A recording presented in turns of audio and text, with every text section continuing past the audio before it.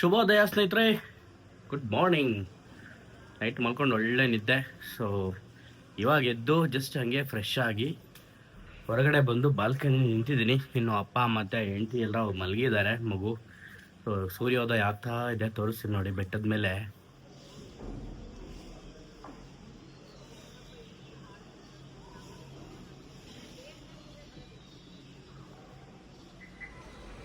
Actually ಸ್ನೇಹಿತರೆ, ಇನ್ನೊಂದು ವಿಷಯ ಹೇಳಬೇಕು ಅಂದರೆ, ನೆನ್ನೆ ನಾವು ದರ್ಶನಕ್ಕೆ ಹೋಗಿದ್ವಲ್ಲ ರಾತ್ರಿ. ಸೊ ಒಂದು 5 ನಿಮಿಷದಲ್ಲೇ ದರ್ಶನ ಆಗೋಯ್ತು. ಯಾಕೆಂದರೆ ಅಷ್ಟೊಂದು ಜನ ಇರಲಿಲ್ಲ. ಬಿಕಾಸ್ ಆಫ್ ಇವಾಗ SSLC ಎಕ್ಸಾಮ್ ಬೇರೆ ನಡೀತಾ ಇದೆ. ಅದರ ಜೊತೆಗೆ ಏನಂದರೆ ಈಗ ವೆಕೇಷನ್ ಕೂಡ ಅಲ್ಲ, ಇದು ಇನ್ನೊಂದು ವೀಕೆಂಡು ಅಲ್ಲ, ವೀಕ್ ಡೇಸ್ ಆಗಿರೋದ್ರಿಂದ ಜನ ಕಮ್ಮಿ ಇದ್ದರು. ಸೊ ಆ ಒಂದು ರೀಸನಿಂದಾಗಿ ನಮಗೆ ಎರಡೂ ಕಡೆಯೂ ದರ್ಶನ ತುಂಬಾ ಈಸಿಯಾಗಿ ತುಂಬಾ ಬೇಗ ಆಯಿತು. ಸೂರ್ಯ ನೋಡಿದ್ರೆ ನೆತ್ತಿ ಮೇಲೆ ಬರ್ತಾ ಇದ್ದಾನೆ ನೋಡಿ. ಕರೆದ್ರೆ ಒದ್ದಾಡ್ತಾಳೆ. ಹೇಯ್ ಹಲೋ ಇದ್ದಾಳೆ ಪಾರು. ಪಾರು ಅಪ್ಪ ಆಲ್ರೆಡಿ ಎದ್ರು. ಅಪ್ಪ ಎದ್ಬಿಟ್ಟು ಆಲ್ರೆಡಿ ಬಾತ್ರೂಮ್ಗೆ ಹೋಗಿದ್ದಾರೆ ಫ್ರೆಶ್ ಆಗೋಕ್ಕೆ. ಇವರಿಬ್ಬರನ್ನ ಕರಿತಾ ಇದ್ರೆ ಕುಸು ಅಂತವರಿಬ್ಬರು. ಇವಳು ನೋಡಿ ಬೆಳಿಗ್ಗೆನೆ ಬಬಲ್ಸಲ್ಲಿ ಆಟ ಆಡೋಕೆ ಸ್ಟಾರ್ಟ್ ಮಾಡಿದ್ದಾಳೆ. ಸ್ನಾನ ಮಾಡಿ ರೆಡಿಯಾಗಿ ಬಬಲ್ಸಲ್ಲಿ ಆಟ ಆಡ್ತಿದ್ದಾಳೆ. ಸೊ ಸ್ನೇಹಿತರೆ, ನಾವೆಲ್ಲರೂ ರೆಡಿ ಆದ್ವಿ. ಸೊ ಇಲ್ಲಿಗೆ ಇವತ್ತಿನ ನಮ್ಮ ಹೊರನಾಡು ಪ್ರಯಾಣ ಕೂಡ ಮುಗಿದಿದೆ. ದರ್ಶನ ಕೂಡ ಎಲ್ಲ ನೆನ್ನೆ ಆಯಿತು. ಸೊ ಇವತ್ತು ಇಲ್ಲಿಂದ ಇವಾಗೇನು ಪ್ಲ್ಯಾನ್ ಮಾಡಿದ್ದೀವಿ ಅಂದರೆ, ಡೈರೆಕ್ಟಾಗಿ ಹಾಸನ್ಗೆ ಹೋಗ್ಬಿಟ್ಟು ಅಲ್ಲಿ ಬೇಲೂರಿಗೆ ಹೋಗೋಣ ಅಂತ ಪ್ಲ್ಯಾನ್ ಮಾಡಿದ್ವಿ. ಬೇಲೂರು ಚೆನ್ನಕೇಶವ ದೇವಸ್ಥಾನಕ್ಕೆ ವಿಸಿಟ್ ಮಾಡಿ ಅಲ್ಲಿಂದ ಡೈರೆಕ್ಟಾಗಿ ಬೆಂಗಳೂರಿಗೆ ಹೋಗಿ ಪ್ಲ್ಯಾನ್ ಮಾಡಿದ್ದೀವಿ. ಸೊ ಇವಾಗ ನಮ್ಮ ಪ್ರಯಾಣ ಹೊರನಾಡು ಇಂದ ಹಾಸನ ಬೇಲೂರಿಗೆ ಹೋಗ್ತಾ ಇದೆ. ಸೊ ಇನ್ನೇನು ಸ್ವಲ್ಪ ಹೊತ್ತರಲ್ಲೇ ಹೊರಡ್ತೀವಿ. ಹೊರಡೋಕ್ಕೂ ಮುಂಚೆ ಇಲ್ಲೇನಾದ್ರು ಹೋಟ್ಲಿದ್ದಾರೆ, ಬ್ರೇಕ್ಫಾಸ್ಟ್ ಮುಗಿಸ್ಕೊಂಡು ಇಲ್ಲಿಂದ ನಾವು ಹೊರಡ್ತೀವಿ. ಆಲ್ಮೋಸ್ಟ್ ಎಲ್ಲ ರೆಡಿ ಇದ್ದಾರೆ. ನೋಡೋ ಮೇಕಪ್ ಮಾಡ್ತಾ ಇದ್ದಾಳೆ. ಅಪ್ಪ ಕೂಡ ಆಲ್ಮೋಸ್ಟ್ ರೆಡಿ. ಎಸ್. ಸೊ ಇನ್ನು ಹೊರಡದೆ. ಸೊ ಹೋಗ್ತಾ ಸಿಗ್ತೀನಿ. ಹಾಗೆ ಸ್ನೇಹಿತರೆ, ಹೊರಡೋಕ್ಕೂ ಮುಂಚೆ ಒಂದು ವಿಷಯ ನಿಮ್ಮ ಹತ್ರ ಶೇರ್ ಮಾಡಬೇಕು. ನೀವು ಏನಾದರೂ ಹೊರನಾಡು ಟ್ರಿಪ್ ಮಾಡ್ತಾ ಇದ್ರೆ, ಇಲ್ಲಿಗೆ ಬರೋ ಪ್ಲ್ಯಾನ್ ಏನಾದರೂ ಇದ್ದರೆ ನಾನು ನಿಮ್ಗೊಂದು ಐಡಿಯಾ ಕೊಡ್ತಾ ಇದ್ದೀನಿ. ನಾನಿವಾಗ ಇಲ್ಲಿ ರೂಮ್ ಮಾಡಿರ್ತಕ್ಕಂಥದ್ದು ನೇತ್ರಾವತಿ ನಿವಾಸ ಅಂತ. ಅದೇ ರೀತಿ ಪಕ್ಕದಲ್ಲಿ ಭದ್ರಾ ನಿವಾಸ ಮತ್ತು ಇನ್ನೊಂದು 2-3 ಬಿಲ್ಡಿಂಗ್ಗಳಿದ್ದಾವೆ. ರೂಮ್ಸ್ ಎಲ್ಲ ಸಿಗುತ್ತೆ. ಇದು ಕೂಡ ದೇವಸ್ಥಾನದ ಒಂದು ಟ್ರಸ್ಟ್ಗೆ ಸಂಬಂಧಪಟ್ಟಿರೋ ಬಿಲ್ಡಿಂಗ್ಗಳೇ. ಅದಲ್ಲದೆ ದೇವಸ್ಥಾನದ ಪಕ್ಕನೇ ರೂಮ್ಸ್ ಎಲ್ಲ ಸಿಗುತ್ತೆ ನಿಮಗೆ. ಅಲ್ಲಿ ಏನಂದರೆ ನಿಮಗೆ 300 ರೂಪಾಯಿ ಒಂದು ರೂಮು. ಬಟ್ ನಿಮಗೆ ಹಾಟ್ ವಾಟರ್ ಫೆಸಿಲಿಟಿ ಇಲ್ಲ. ಹಾಟ್ ವಾಟರ್ ಬೇಕು ಅಂದರೆ ಪಕ್ಕದಲ್ಲಿ ಹಾಟ್ ವಾಟರ್ ಕೊಡ್ತಾರೆ. ಒಂದು ಬಕೆಟ್ಗೆ ಎಷ್ಟು ಅಂತ ಚಾರ್ಜ್ ಮಾಡ್ತಾರೆ. ಸೊ ಅದನ್ನು ನೀವು ತೊಗೊಂಡೋಗಿ ರೂಮಲ್ಲಿ ಸ್ನಾನ ಮಾಡಬೇಕಾಗುತ್ತೆ. ಬಟ್ ಇಲ್ಲಿ ನಾವೇನು ರೂಮ್ ಮಾಡಿದ್ದೀವಿ, ಈ ಕಡೆ ಬಂದರೆ ನಿಮಗೆ ಹಾಟ್ ವಾಟರ್ ಫೆಸಿಲಿಟಿ ರೂಮಲ್ಲೇ ಇರುತ್ತೆ, ನಲ್ಲಿಲೇ ಬರುತ್ತೆ ನಿಮಗೆ. ಆ್ಯಂಡ್ ಇದು ಮಾರ್ನಿಂಗ್ 5 o'clock ಒಂದು 8:30ವರೆಗೂ ಹಾಟ್ ವಾಟರ್ ಫೆಸಿಲಿಟಿ ಇರುತ್ತೆ. ಆ ಗ್ಯಾಪಲ್ಲಿ ನೀವು ಸ್ನಾನ ಮಾಡ್ಕೊಂಡು ರೆಡಿಯಾಗಿ ದೇವರ ದರ್ಶನಕ್ಕೆ ಹೋಗ್ಬೋದು. ಆ ಥರ ಒಂದು ಫೆಸಿಲಿಟಿ ಇದೆ. ಸೊ ಆದ್ದರಿಂದ ನಾವು ಇಲ್ಲಿ ರೂಮ್ ಮಾಡೋಕ್ಕೆ ನಮ್ಮ ಮಗು ಬೇರೆ ಇತ್ತು, ಅದಕ್ಕೋಸ್ಕರ. ಸೊ ನೀವೇನಾದ್ರು ಪ್ಲ್ಯಾನ್ ಮಾಡೋ ಹೋಗಿದ್ರೆ ಈ ಥರ ಬನ್ನಿ. ಬಟ್ ಏನಂದರೆ ರೂಮ್ ಸ್ವಲ್ಪ ರೇಟ್ ಜಾಸ್ತಿ. ಇಲ್ಲಿ 700 to 900 ಆಗುತ್ತೆ. ಅಲ್ಲಿ ನಿಮಗೆ 300ಗೆ ಸಿಗುತ್ತೆ. ಸೊ ಈ ಒಂದು ವಿಷಯ ನಿಮ್ಮ ಹತ್ರ ಶೇರ್ ಮಾಡಬೇಕಾಗಿತ್ತು. ಹಾಗಾದರೆ ಈ ಕಡೆ ಪ್ಲ್ಯಾನ್ ಮಾಡೋ ಹಾಗಿದ್ರೆ, ನೀವು ಇಲ್ಲಿ ಬಂದು ರೂಮ್ ಮಾಡೋ ಹಾಗಿದ್ರೆ ತುಂಬಾ ಚೆನ್ನಾಗಿದೆ. ಫೆಸಿಲಿಟಿ ಸಖತ್ತಾಗಿದೆ. ಹೊರಟಿದ್ದೀವಿ ಇವಾಗ.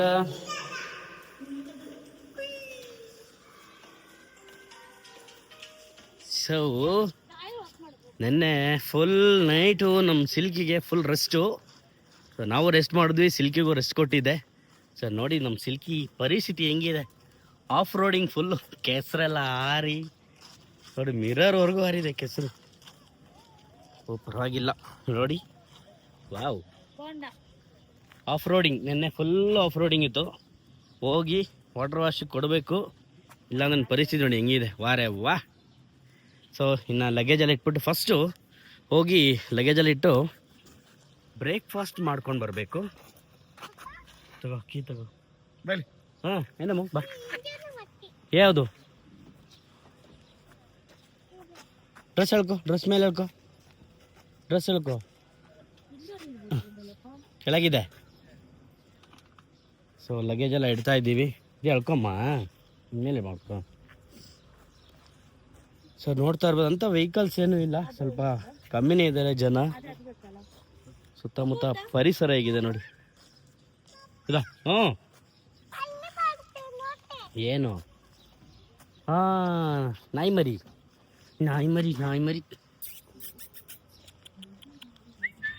ಓಡಲ್ಲಿ ಓಡಿ ಬರ್ತಾ ಇದೆ. ರೋಡು. ಅದೋ ಇದ್ರ ಅಮ್ಮ, ಇದು ಅಮ್ಮ. ಹೌದೋ ಇನ್ನೊಂದಿದೆ ಅಲ್ಲಿ. Hello how are you? ನೋಡು ಪುಟ್ಟ ನಾಯಿ ಮರಿ. ಮುಟ್ಟೋಗು, ಮುಟ್ಟು ಮುಟ್ಟು ಮುಟ್ಟು ಮುಟ್ಟು, ಹಿಡ್ಕೋ ಹಿಡ್ಕೊಮ್ಮ, ಹಿಡ್ಕೋ, ಏನಾಗಲ್ಲ ಹಿಡ್ಕೋ. ಶ್ರೀ ಮಾತಾ ರೆಸಿಡೆನ್ಸಿ ಆ್ಯಂಡ್ ಇಲ್ಲಿ ತುಂಗಾ ನಿವಾಸ ಇದೆ.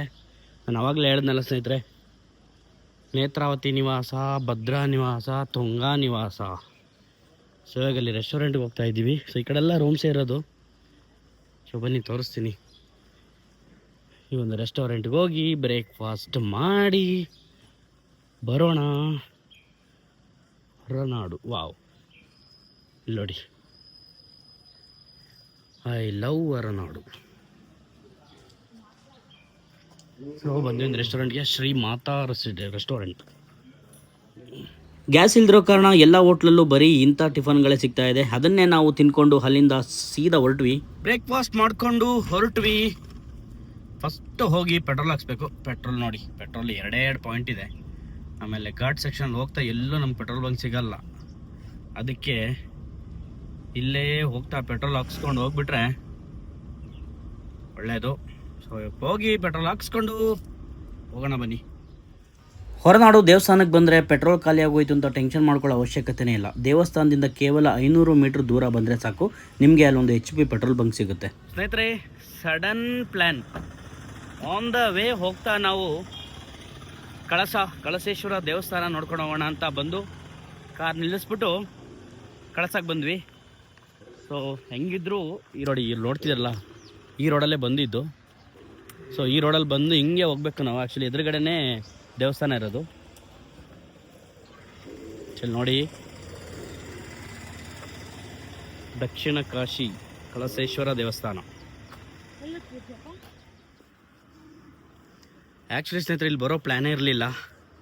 ಸೊ ಹೆಂಗೂ ಆನ್ ದ ವೇ ಎದುರುಗಡೆನೆ ದೇವ್ರನ್ನ ನೋಡಿ ಮತ್ತೆ ಹಾಗೆ ಹೋಗೋದು ಸರಿಯಲ್ಲ ಅಂತ ಬಂದು ಗಾಡಿ ನಿಲ್ಲಿಸ್ಬಿಟ್ಟು ದೇವರ ದರ್ಶನ ಮಾಡ್ಕೊಂಡು ಹೋಗೋಣ ಅಂತ ಬರ್ತಾ ಇದ್ದೀವಿ. ನೋಡ್ತಾ ಇರ್ಬೋದು, ದಕ್ಷಿಣ ಕಾಶಿ ಶ್ರೀ ಕಳಸೇಶ್ವರ ಸ್ವಾಮಿ ದೇವಾಲಯ. ಬನ್ನಿ ಹೋಗಿ ದೇವರ ದರ್ಶನ ಮಾಡ್ಕೊಂಡು ಬರೋಣ.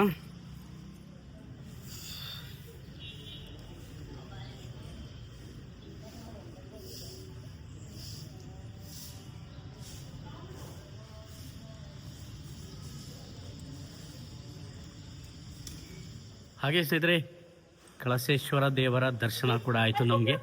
ಅದನ್ನು ತುಂಬ ಹತ್ರದಿಂದನೇ ನೋಡಿದ್ವಿ. ಆ್ಯಕ್ಚುಲಿ ಜನನೇ ಇಲ್ಲ ಸ್ನೇಹಿತರೆ, ಇಲ್ಲಿ ಖಾಲಿ ಖಾಲಿ. ಸೊ ಆರತಿಗೆ ನಾವು 4 ಜನನೇ ಇದ್ವಿ, ನಾನು, ನನ್ನ ಹೆಂಡತಿ, ನಮ್ಮಪ್ಪ ಆ್ಯಂಡ್ ಪಾರು. ಸೊ ನೋಡ್ತಾ ಇರ್ಬೋದು, ಸುತ್ತಮುತ್ತ ಯಾರೂ ಇಲ್ಲ, ಜನ ಕಮ್ಮಿ. ಈ ಥರ ಟೈಮಲ್ಲಿ ಬಂದರೆ ದೇವರನ್ನು ಹತ್ರದಿಂದ ಕ್ಲೀನಾಗಿ ನೋಡ್ಕೋಬೋದು.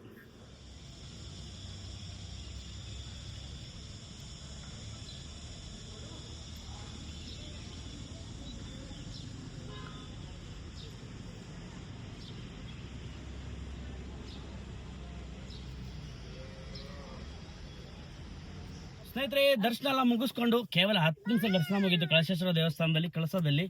ಸೊ ದೇವಸ್ಥಾನದಿಂದ ಆಚೆ ಬಂದು ಇವಾಗ ನೆಕ್ಸ್ಟ್ ನಮ್ಮ ಪ್ರಯಾಣ ಡೈರೆಕ್ಟಾಗಿ ಬೇಲೂರು, ಹಳೆ ಬೇಲೂರು ಚೆನ್ನಕೇಶ್ವರ ದೇವಸ್ಥಾನಕ್ಕೆ.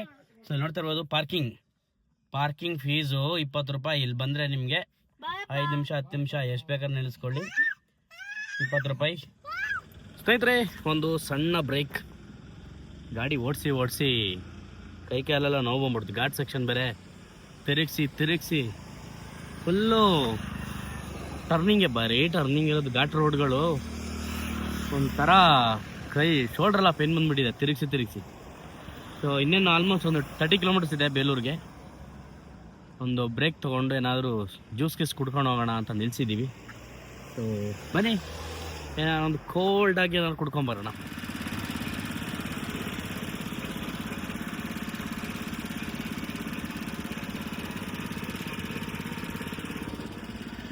ನಾನು ಅಪ್ಪ ಕಬ್ಬಿನ ಹಾಲು ಕುಡಿದ್ವಿ. ಅಮ್ಮ ಮಗಳು ಎಲ್ಲೋದ್ರಪ್ಪ? ಇಲ್ಲಿದ್ದಾರೆ. ಊರು ನೋಡಿ, ಸ್ಪ್ರೈಟ್ ಕುಡಿತಾ ಜಂಪ್ಸ್ ತಿಂತಾ ಇದ್ದಾಳೆ. ಏನದು ಜಂಪ್ಸ್ ತಿಂತಿದ್ಯಾ? ನೀನು ತಗೊಂಡು ಜ್ಯೂಸ್ ತೊಗೊಂಡಿಲ್ವಾ? ಕೋಲ್ಡು ಸ್ಪ್ರೈಟ್ ಸಾಕಾ? ಫ್ರೆಶ್ ಜ್ಯೂಸ್ ಏನು ತೊಗೊಳ್ಳೋದು? ಇಲ್ಲ. ಸ್ನೇಹಿತರೆ, ನಾವು ಬಂದು ರೀಚ್ ಆದ್ವಿ. ಸೊ ನೋಡ್ತಾ ಇರ್ಬೋದು, ಇಲ್ಲಿ ಬೇಲೂರು ಶ್ರೀ ಚೆನ್ನಕೇಶವ ದೇವಾಲಯಕ್ಕೆ ಬಂದು ರೀಚ್ ಆಗಿ ಕಾರ್ ಪಾರ್ಕಿಂಗ್ ಮಾಡಿಬಿಟ್ಟು ನಡ್ಕೊಂಡು ಹೋಗ್ತಾ ಇದ್ದೀವಿ. ಒಳ್ಳೆ ಬಿಸಿಲಿದೆ, ಬಿಸಿಲು ದೆಗೆ ಕಿತ್ಕೊಂಬರ್ತಾ ಇದೆ, ಅಷ್ಟೊಂದು ಬಿಸಿಲಿದೆ.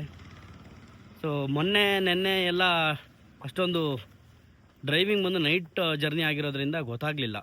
ಸೊ ಇವಾಗ ಬೆಳಗಿನ ಜಾವ ಡೇ ಟೈಮಲ್ಲಿ ಡ್ರೈವ್ ಮಾಡ್ತಿರೋದ್ರಿಂದ ತುಂಬ ಸೆಕೆ ಜಾಸ್ತಿ ಇದೆ ಇಲ್ಲಿ. ಆ್ಯಂಡ್ ಇನ್ನೊಂದೇನೆಂದರೆ ವಾಹನ ನಿಲುಗಡೆ ನೋಡಿ ಇಲ್ಲಿದೆ. ಸೊ ಈ ಕಡೆ ಫುಲ್ ಪಾರ್ಕಿಂಗಲ್ಲಿ ವೆಹಿಕಲ್ ಪಾರ್ಕ್ ಮಾಡಿಬಿಟ್ಟು ನಡ್ಕೊಂಡು ಹೋಗಬೇಕು. ಬ್ಯಾಕ್ ಸೈಡ್ ಕಾಣ್ತಿರೋ ಕಾಂಪೌಂಡ್ ಎಲ್ಲ ದೇವಸ್ಥಾನದ್ದೇ. ಸೊ ಬನ್ನಿ ಒಳಗಡೆ ಹೋಗೋಣ. ಅಲ್ಲಿ ಪಾರ್ಕಿಂಗ್ ಮಾಡಿಬಿಟ್ಟು ಹಿಂಗೇ ನಡ್ಕೊಂಡು ಹೋಗ್ಬೇಕು ನೋಡಿ. ಇಷ್ಟು ದೂರ ನಡ್ಕೊಂಡು ಹೋಗಬೇಕು. ಸ್ವಲ್ಪ ಹತ್ರನೇ ಪಾರ್ಕಿಂಗ್ ಎಲ್ಲ ಮಾಡಿದರೆ ಚೆನ್ನಾಗಿರೋದು. ಈ ಕಡೆ ಎಲ್ಲ ನೋಡಿ ಅಂಗಡಿಗಳು, ಇಲ್ಲೂ ಕೂಡ ಅಷ್ಟೇ ಎಲ್ಲ ಹಳೇ ಶೈಲಿ ಬಿಲ್ಡಿಂಗ್ ಎಲ್ಲ ಮನೆಗಳೇ ಎಲ್ಲ. ನೋಡ್ತಾ ಇರೋದು ಅಲ್ಲಿ ಗೋಪುರ ಕಾಣಿಸ್ತಿದೆ ಒಳಗಡೆ. ಅದು ರಥ, ದೇವರನ್ನ ಮೆರವಣಿಗೆ ಮಾಡುವಂತಹ ರಥ ಇಲ್ಲಿದೆ ನೋಡಿ. ಚಕ್ರ ನೋಡಿ ಹೆಂಗಿದೆ. ಅದನ್ನು ಎಳೆಯೋದಕ್ಕೆ ಚೈನ್ ನೋಡಿ. ಅಬ್ಬಾ ಎಷ್ಟು ದೊಡ್ಡದಾಗಿದೆ. ಫುಲ್ಲು ಮರದ್ದು, ಎಷ್ಟು ದೊಡ್ಡ ಮರನ ಕೆತ್ತಿ ರಥ ಮಾಡಿದ್ದಾರೆ ನೋಡಿ.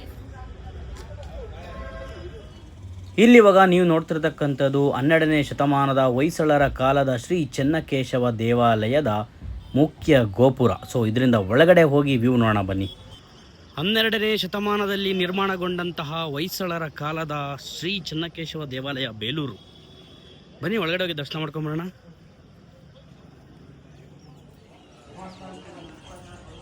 ನಡೀರಿ ಹಂಗೆ ಮುಂದೆ. ವಾವ್, ಸೂಪರ್ ಆಗಿದೆ. ಆ್ಯಕ್ಚುಲಿ ಸ್ನೇಹಿತರೆ, ಇದು ನಾನು ಫಸ್ಟ್ ಟೈಮ್ ಬರ್ತಾ ಇರೋದು ಇಲ್ಲಿಗೆ. ಒಂದು ಸರಿ ಹತ್ತತ್ರ ಬಂದಿದ್ದೆ ಇಲ್ಲಿ ಹಾಸನಕ್ಕೆ ಬಂದಾಗ. ಬಟ್ ಬೇಲೂರು ಈ ದೇವಸ್ಥಾನಕ್ಕೆ ಬರೋಕ್ಕಾಗಿರಲಿಲ್ಲ. ಹಳೆಯ ಕಾಲದ ಹೊಯ್ಸಳರ ಒಂದು ಕಾಲದ ಆ ಒಂದು ನಿರ್ಮಾಣದ ಶೈಲಿ ನೀವು ನೋಡ್ಬೋದು, ಸಖತ್ತಾಗಿದೆ.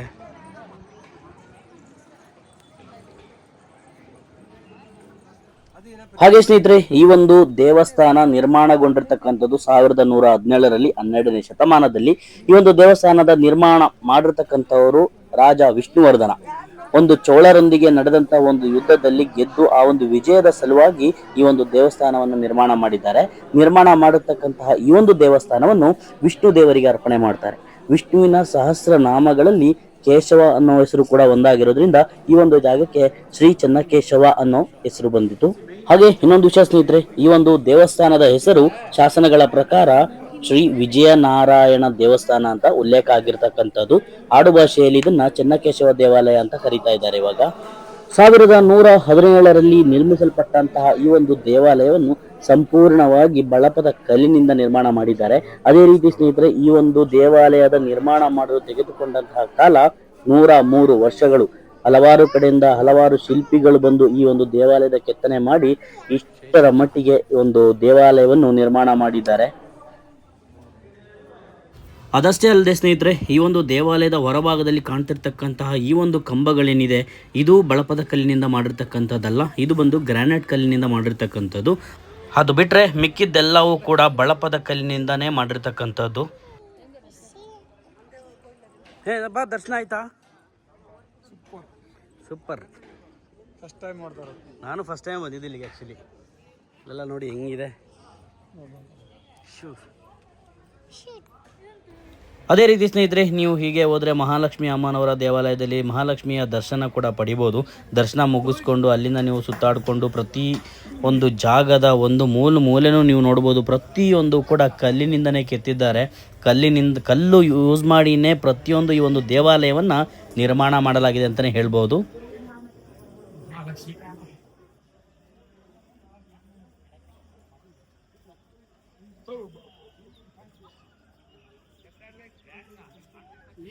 ತಟ್ಟಿ ಯಾವತ್ತ ಮಗಳು ನಿಲ್ಬೋದು.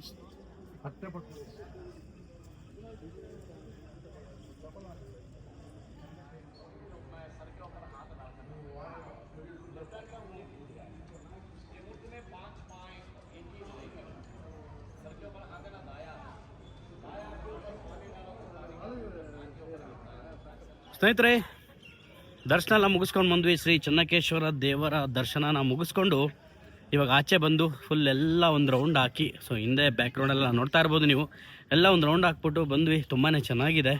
ಫಸ್ಟ್ ಟೈಮ್ ಬಂದಿರೋದನ್ನ ತುಂಬಾ ಇಷ್ಟ ಆಯಿತು. ಜಾಗ ಪ್ರತಿಯೊಂದನ್ನು ಕಲ್ಲಲ್ಲೇ ಮಾಡಿದ್ದಾರೆ. ಪ್ರತಿಯೊಂದು ಡಿಸೈನು, ಪ್ರತಿಯೊಂದು ಆರ್ಕಿಟೆಕ್ಟ್ ಕೂಡ ಕಲ್ಲಲ್ಲೇ ಮಾಡಿರ್ತಕ್ಕಂಥದ್ದು. ಇಲ್ಲಿ ನೋಡಿ ಸ್ನೇಹಿತರೆ, ಕಲ್ಯಾಣಿ ಇದೆ ಒಂದು ಮೂಲೆಯಲ್ಲಿ. ಕಲ್ಯಾಣಿ ಹಾಗೆ ಇದರಲ್ಲಿ ಆಮೆ ಕೂಡ ಇದೆ. ನಿಮಗೆ ಕಾಣಿಸ್ತಾ ಇದೆಯಲ್ಲೋ ಗೊತ್ತಿಲ್ಲ. ನೋಡಿ ಆಮೆ ಅಲ್ಲೊಂದು 2-3 ಎಲ್ಲ ಬಿಸಿಲಿಗೆ ಬಂದು ಬಿಸಿಲು ಕಾಯ್ತಾ ಇದೆ ನೀರಿನ ಮೇಲೆ ಬಂದು. ಇದು ಆ್ಯಕ್ಚುಲಿ ಕಲ್ಯಾಣಿಗೆ ಹೋಗುವಂತಹ ಎಂಟ್ರೆನ್ಸು. ಸೊ ಇಲ್ಲಿ ಬಂದು ನಿಮಗೆ ಗಜಾಗುಂಡ ಅನ್ನೋ ಹೆಸರು ಇದೆ. ಒಳಗಡೆ ಹೋಗೋಕ್ಕಾಗಲ್ಲ. ಇಲ್ಲಿ ನೋಡಿ ಚೈನ್ ಎಲ್ಲ ಕಟ್ಬಿಟ್ಟು ಲಾಕ್ ಮಾಡಿಟ್ಟಿದ್ದಾರೆ. ಸೊ ಪಬ್ಲಿಕ್ಸ್ಗೆ ಅಲ್ಲಿ ಒಳಗಡೆಗೆ ಎಂಟ್ರಿ ಇಲ್ಲ. ಸೊ ಇಲ್ಲಿ ಕಾಣಿಸ್ತಿದೆಯಲ್ಲ, ಸೊ ಇದು ಒಳಗಡೆ ಹೋಗೋಕ್ಕಾಗಲ್ಲ. ಪಾಪ ನೀನು ಹೋಗ್ತೇನೆ, ಹೋಗು ಆಮೇಲೆ ಜೊತೆ ಸ್ನಾನ ಮಾಡ್ಕೊಂಬೋಗು. ಸೊ ತುಂಬಾ ಚೆನ್ನಾಗಿದೆ ಸ್ನೇಹಿತರೆ. ಸೊ ಹಾಗಾದರೆ ನಾವು ಇಲ್ಲಿಂದ ಇನ್ನು ಎಲ್ಲರೂ ಹೋಗ್ತೇನೆ, ಎಲ್ಲರೂ ಹೋಗ್ಬೇಕಾ? ಡೈರೆಕ್ಟ್ ಬೆಂಗಳೂರು. ಓಕೆ, ನೆಕ್ಸ್ಟ್ ಇವಾಗ ಊಟ ಮುಗಿಸ್ಕೊಂಡು, ಲಂಚ್ ಟೈಮ್ ಆಗಿದೆ, ಊಟ ಗೀಟ ಮುಗಿಸ್ಕೊಂಡು ಇಲ್ಲಿಂದ ನಮ್ಮ ಪ್ರಯಾಣ ಬೆಂಗಳೂರು ಕಡೆಗೆ ಸಾಗುತ್ತೆ. ಸೊ ಹಾಗಾದರೆ ಸ್ನೇಹಿತರೆ, ನೀವು ಕೂಡ ಏನಾದರೂ ಈ ಒಂದು ಜಾಗಕ್ಕೆ, ಬೇಲೂರು ಶ್ರೀ ಚೆನ್ನಕೇಶ್ವರ ದೇವಸ್ಥಾನಕ್ಕೆ ಬಂದಿಲ್ಲ ಅಂದರೆ ಬಂದುಬಿಟ್ಟು ಒಂದ್ಸರಿ ವಿಸಿಟ್ ಮಾಡಿ. ತುಂಬಾ ಚೆನ್ನಾಗಿದೆ. ಬಟ್ ನಿಮಗೆಲ್ಲ ಇದ್ರ ಬಗ್ಗೆ ತುಂಬ ಡೀಟೇಲಾಗಿ ತಿಳ್ಕೊಬೇಕು ಅಂದರೆ ಇಲ್ಲಿ ಗೈಡ್ಸ್ ಇರ್ತಾರೆ. ಸೊ ಗೈಡ್ಸ್ನ ಒಬ್ಬರನ್ನ ಗೈಡ್ಸ್ನ ಸೆಲೆಕ್ಟ್ ಮಾಡಿಕೊಂಡು ಅವ್ರನ್ನ ಕರ್ಕೊಂಡೋಗಿ ಅವ್ರಿಗೆ ಪ್ರತಿಯೊಂದು ಪಿನ್ ಟು ಪಿನ್ ಹೇಳ್ಕೊಡ್ತಾರೆ. ಇಲ್ಲಿ ಪ್ರತಿಯೊಂದಕ್ಕೂ ಒಂದೊಂದು ಹಿಸ್ಟ್ರಿನೇ ಇದೆ. ಒಂದು ಕಲ್ಲಿಗಾಗಿರ್ಬೋದು, ಒಂದು ಕಂಬಕ್ಕಾಗಿರ್ಬೋದು, ಪ್ರತಿಯೊಂದಕ್ಕೂ ಒಂದು ಹಿಸ್ಟ್ರಿ ಇದೆ. ಸೊ ಅದ್ರ ಬಗ್ಗೆ ನೀವು ತಿಳ್ಕೊಬೇಕು ಅಂದರೆ ಒಂದು ಗೈಡ್ನ ಕರ್ಕೊಂಡೋಗಿ ನಿಮಗೆ ಪಿನ್ ಟು ಪಿನ್ ಡೀಟೇಲ್ಸ್ನ ಹೇಳ್ಕೊಡ್ತಾರೆ. ಬೇಲೂರಿಗೆ ಬಂದಾಗಲೂ ಕೂಡ ನಮಗೆ ಅನ್ನ ಪ್ರಸಾದ ಭಾಗ್ಯ ಸಿಕ್ಕಿದೆ ಸ್ನೇಹಿತರೆ. ಸೊ ಊಟಕ್ಕೆ ಹೋಗ್ತಾ ಇದ್ದೀವಿ. ಇಲ್ಲಿ ನೋಡಿ, ಅನ್ನ ಪ್ರಸಾದ ನಿಲಯ, ಸ್ವಾಮಿ ಪ್ರಸಾದ ನಿಲಯ. ಹಿಂಗೆ ಹೋಗ್ಬೇಕಾ? ಬಾ, ಹಿಂಗೋಗಿ ಇಲ್ಲೇ ಹೋಗೋದಾ? ಹಿಂಗೇನು? ಸೊ ನೋಡಿ, ಪ್ರಸಾದ ಸೇವಿಸಲು ಒಂದು ಚಾನ್ಸ್ ಸಿಕ್ತು ನಮಗೆ. ಇಲ್ಲೂ ಕೂಡ ದೇವರ ಒಂದು ಅನ್ನ ಭಾಗ್ಯ. ಹೆಂಗ ಹೋಗೋದು? ಓಹೋ, ಫುಲ್ ರೌಂಡ್ ಹಾಕ್ಬೇಕು ಇವಾಗ. ಹಾಗೆ ಸ್ನೇಹಿತರೆ, ಬೊಂಬಾಟ್ ಭೋಜನ ಕೂಡ ಆಯಿತು. ಚೆನ್ನಕೇಶ್ವರ ದೇವಾಲಯದ ಪ್ರಸಾದ ತಿನ್ನುವ ಒಂದು ಭಾಗ್ಯನೂ ಕೂಡ ಸಿಕ್ತು. ಸೊ ಇವತ್ತು ಇನ್ನೊಂದು ವಿಷಯ ಹೇಳಬೇಕು ಅಂದರೆ ಸ್ನೇಹಿತರೆ, ಆ್ಯಕ್ಚುಲಿ ನಿನ್ನೆ ಶೃಂಗೇರಿಗೆ ಹೋದ್ವಿ, ಹೊರನಾಡಿಗೆ ಹೋದ್ವಿ. ಶೃಂಗೇರಿಯಲ್ಲೂ ಮಧ್ಯಾಹ್ನ ಊಟ ಆಯಿತು, ಪ್ರಸಾದ ತಿಂದ್ವಿ. ಹೊರನಾಡಲ್ಲೂ ಕೂಡ ಮಧ್ಯಾಹ್ನದ ಪ್ರಸಾದ ತಿಂದ್ವಿ. ಸೊ ಇವಾಗ ಚೆನ್ನಕೇಶ್ವರ ದೇವಾಲಯಕ್ಕೆ ಬಂದು ಬೇಲೂರಲ್ಲೂ ಕೂಡ ನಮಗೆ ಮಧ್ಯಾಹ್ನದ ಪ್ರಸಾದ ತಿನ್ನೋ ಒಂದು ಭಾಗ್ಯ ಸಿಕ್ತು. ಸೊ ಹೊಟ್ಟೆ ತುಂಬ ತಿನ್ಕೊಂಡು ಇವಾಗ ಇಲ್ಲಿಂದ ನಾವು ಹೊರಡ್ತೀವಿ. ಆನ್ ದ ವೇ ಅಪ್ಪ ಹೇಳ್ತಿದ್ದಾರೆ ಹಳೆಬೀಡು ನೋಡ್ಕೊಂಡು ಹೋಗ್ಬೋಣ ಅಂತ. ಸೊ ಆದರೆ ಅದನ್ನು ಕೂಡ ಒಂದನ್ನು ನೋಡಿ, ಹೆಂಗೂ ಇಲ್ಲಿ ತನಕ ಬಂದಿದೆ ಇದೆ, ಅದನ್ನು ಕೂಡ ನೋಡ್ಕೊಂಡು ಹೋಗೋಣ ಅಂತ ಪ್ಲ್ಯಾನ್ ಮಾಡ್ತಾ ಇದ್ದೀವಿ. ಸೊ ಬನ್ನಿ, ಇನ್ ಕೇಸ್ ಹೋಗಂಗಿದ್ರೆ ನಿಮ್ಮನ್ನು ಕರ್ಕೊಂಡು ಹೋಗ್ತೀನಿ. ಬಾಯ್ ಬಾಯ್ ಚೆನ್ನಕೇಶ್ವರ, ಮತ್ತೆ ಸಿಗೋಣ, ಮತ್ತೆ ಬರ್ತೀನಿ ನೋಡೋಕೆ. ಬಾಯ್ ಬಾಯ್ ಬಾಯ್ ಬಾಯ್ ಚೆನ್ನಕೇಶ್ವರ. ಸೊ ಸ್ನೇಹಿತರೆ, ನೆಕ್ಸ್ಟ್ ಇಲ್ಲಿಂದ ಡೈರೆಕ್ಟು ಇದು ತೋರಿಸ್ಬೇಕಂತ ಹಳೆಬೀಡು. ಯಾವುದು? ಓ ತಗೊಳ್ಳಿ, ನನ್ನ ಮಗಳು ಒಂದು PP ತಗೊಂಡ್ಬಿಟ್ಟಿದ್ದಾರೆ, ಅದನ್ನು ತೋರಿಸ್ಬೇಕಂತೆ. ಓಕೆ ಬನ್ನಿ, ಹಾಗಾದ್ರೆ ಹಳೆಬೀಡಲ್ಲಿ ಸಿಗೋಣ. ಬೇಲೂರು ಚೆನ್ನಕೇಶವ ದೇವಾಲಯದ ಮೂಲೆಯನ್ನು ನೋಡಿಕೊಂಡು ಎಲ್ಲ ಇತಿಹಾಸಗಳ ಬಗ್ಗೆ ತಿಳ್ಕೊಂಡು ಅಲ್ಲಿಂದ ನಾವು ಸೀದಾ ಹೊರಟು ಬಂದು ಇವಾಗ ತಲುಪಿರ್ತಕ್ಕಂಥದ್ದು ಹಳೆಬೀಡು ಜಾಗಕ್ಕೆ. ನನಗೆ ಬೇಡ, ಯಾರಿಗೆ ತಗೊಂಡು ಕುದುರೆ ಕೊಡಾಕ್ತಾರೆ ತಗೊಂಡಿದ್ದು. ಸ್ನೇಹಿತರೆ, ಇವಾಗ ಒಳಗಡೆಗೆ ಹೋಗ್ತಾ ಇದ್ದೀವಿ. ಹಳೆಬೀಡು ದೇವಸ್ಥಾನದ ಒಂದು ಒಳಗಡೆಗೆ ಹೋಗ್ತಾ ಇದ್ದೀವಿ. ಇದು ಕೂಡ ಸ್ನೇಹಿತರೆ 11ನೇ ಶತಮಾನದ ಹೊಯ್ಸಳರ ಕಾಲದ ಒಂದು ದೇವಸ್ಥಾನ ಆಗಿದೆ. ಸ್ನೇಹಿತರೆ, ಹೊಯ್ಸಳರ ಕಾಲದಲ್ಲಿ ಕರ್ನಾಟಕದಲ್ಲಿ ಒಟ್ಟು 92 ಐತಿಹಾಸಿಕ ಪುರಾಣ ಪ್ರಸಿದ್ಧ ದೇವಾಲಯಗಳು ನಿರ್ಮಾಣವಾಗಿದೆ ಈ ಥರದ್ದು. ಅದರಲ್ಲಿ ಬೇಲೂರು, ಹಳೆಬೀಡು, ಅದು ಬಿಟ್ಟರೆ 3ನೇದು ಸೋಮನಾಥಪುರ ದೇವಸ್ಥಾನ. ಈ 3 ಮಾತ್ರ ತುಂಬಾ ಫೇಮಸ್ ಆಗಿರ್ತಕ್ಕಂಥದ್ದು. ಹಾಗೆ ಸ್ನೇಹಿತರೆ, ನೀವು ಆವಾಗಲೇ ನೋಡಿರ್ತಕ್ಕಂತಹ ಬೇಲೂರು ದೇವಸ್ಥಾನದ ನಿರ್ಮಾಣಗೊಂಡಿದ್ದು ರಾಜ ವಿಷ್ಣುವರ್ಧನನಿಂದ. ಅದೇ ರೀತಿ ಈ ಒಂದು ಹಳೆಬೀಡು ದೇವಸ್ಥಾನ ನಿರ್ಮಾಣಗೊಂಡಿದ್ದು ಮಂತ್ರಿ ಕೇತುಮಲ್ಲನಿಂದ. ಮಂತ್ರಿ ಕೇತುಮಲ್ಲ ಮಹಾನ್ ಶಿವಭಕ್ತನಾಗಿರುವ ಕಾರಣ ರಾಜ ರಾಣಿಯರ ನೆನಪಿಗಾಗಿ ಈ ಒಂದು ದೇವಾಲಯದ ನಿರ್ಮಾಣಗೊಂಡಿದೆ. ಅದೇ ರೀತಿ ಸ್ನೇಹಿತರೆ, ಇಲ್ಲಿ 2 ಶಿವಲಿಂಗಗಳಿದ್ದಾವೆ. ಒಂದರ ಹೆಸರು ಶಾಂತಲೇಶ್ವರ, ಮತ್ತೊಂದು ಹೆಸರು ಹೊಯ್ಸಳೇಶ್ವರ ಅನ್ನೋ ಹೆಸರಲ್ಲಿದೆ. ಬೇಲೂರು ದೇವಾಲಯ ಪೂರ್ಣಗೊಳ್ಳಲು 103 ವರ್ಷಗಳು ತಗೊಂಡಿದ್ರೆ, ಹಳೇಬೀಡು ದೇವಾಲಯವು ಸಂಪೂರ್ಣಗೊಳ್ಳಲು 190 ವರ್ಷ ತಗೊಂಡಿದೆ ಅಂತಲೇ ಹೇಳ್ಬೋದು. ಹಾಗೆ ಸ್ನೇಹಿತರೆ, ಈ ಒಂದು ಹಳೇಬೀಡು ಹೊಯ್ಸಳರ ಕಾಲದ ರಾಜಧಾನಿಯಾಗಿತ್ತು. ಇತಿಹಾಸಗಳ ಪ್ರಕಾರ ಈ ಒಂದು ಜಾಗದ ಹೆಸರು, ಈ ಒಂದು ಹಳೇಬೀಡು ಅನ್ನೋ ಜಾಗದ ಹೆಸರು ದ್ವಾರ ಸಮುದ್ರ ಅಂತ ಇದೆ. ಇನ್ನೊಂದು ವಿಷಯ ಹೇಳಬೇಕು ಅಂದರೆ ಸ್ನೇಹಿತರೆ, ಈ ಒಂದು ಹಳೇಬೀಡು ದೇವಾಲಯವು ಸಂಪೂರ್ಣಗೊಂಡಿಲ್ಲ. ಕಾರಣ ಏನು ಅಂದರೆ, ಕೆಲಸ ನಡೀತಾ ಇರಬೇಕಾದ್ರೇ ಈ ಒಂದು ದೇವಾಲಯದ ಮೇಲೆ 2 ಬಾರಿ ದಾಳಿ ನಡೆದಿರೋ ಕಾರಣ ಈ ಒಂದು ದೇವಾಲಯವು ಸಂಪೂರ್ಣಗೊಂಡಿಲ್ಲ ಅಂತಲೇ ಹೇಳ್ಬೋದು. ಭಾರತದಲ್ಲಿ ಹಲವಾರು ನಂದಿ ವಿಗ್ರಹಗಳಿದೆ. ಅದರಲ್ಲಿ 7 ಅತಿ ದೊಡ್ಡ ಮತ್ತು ಅತಿ ಎತ್ತರದ ನಂದಿ ವಿಗ್ರಹಗಳು ಅಂತ ಗುರುತಿಸಲಾಗಿದೆ. ಅದರಲ್ಲಿ ಮೊದಲನೇದು ಲೇಪಾಕ್ಷಿ ಆಂಧ್ರ ಪ್ರದೇಶದಲ್ಲಿರ್ತಕ್ಕಂಥದ್ದು, 2ನೇದು ತಂಜಾವೂರಿನಲ್ಲಿರ್ತಕ್ಕಂಥದ್ದು, 3ನೇದು ನಮ್ಮ ಮೈಸೂರು ಚಾಮುಂಡಿ ಬೆಟ್ಟದಲ್ಲಿರ್ತಕ್ಕಂತಹ ನಂದಿ, 4ನೇದು ಬೆಂಗಳೂರು ಬುಲ್ ಟೆಂಪಲ್, ಏನು ಬೆಂಗಳೂರಿನಲ್ಲಿ ಬಸವನಗುಡಿಯಲ್ಲಿರ್ತಕ್ಕಂಥ ಬುಲ್ ಟೆಂಪಲ್ ಇದೆ ಅದು, 5ನೇದು ರಾಮೇಶ್ವರಂ ತಮಿಳುನಾಡು, ಹಾಗೂ 6 ಮತ್ತು 7ನೇ ನಂದಿ ಈ ಒಂದು ಹಳೇಬೀಡು ದೇವಸ್ಥಾನದಲ್ಲಿ ನಿಮಗೆ ಕಾಣಕ್ಕೆ ಸಿಗುತ್ತೆ ಸ್ನೇಹಿತರೆ. ಇಲ್ಲಿರ್ತಕ್ಕಂತಹ 2 ನಂದಿಗಳಲ್ಲಿ ಒಂದು ನಂದಿ 8 ಅಡಿ ಎತ್ತರ, ಮತ್ತೊಂದು ನಂದಿ 9 ಅಡಿ ಎತ್ತರ ಇದೆ.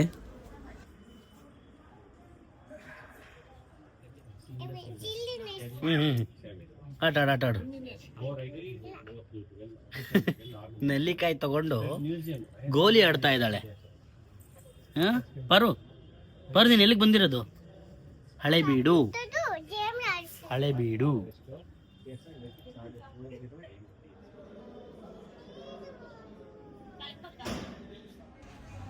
ಇಲ್ಲಿ ನೀವು ನೋಡ್ತಿರ್ತಕ್ಕಂಥದ್ದು ಹೊಯ್ಸಳರ ಲಾಂಛನ, ಅವರ ಒಂದು ಸಿಂಬಲ್ ಇದು.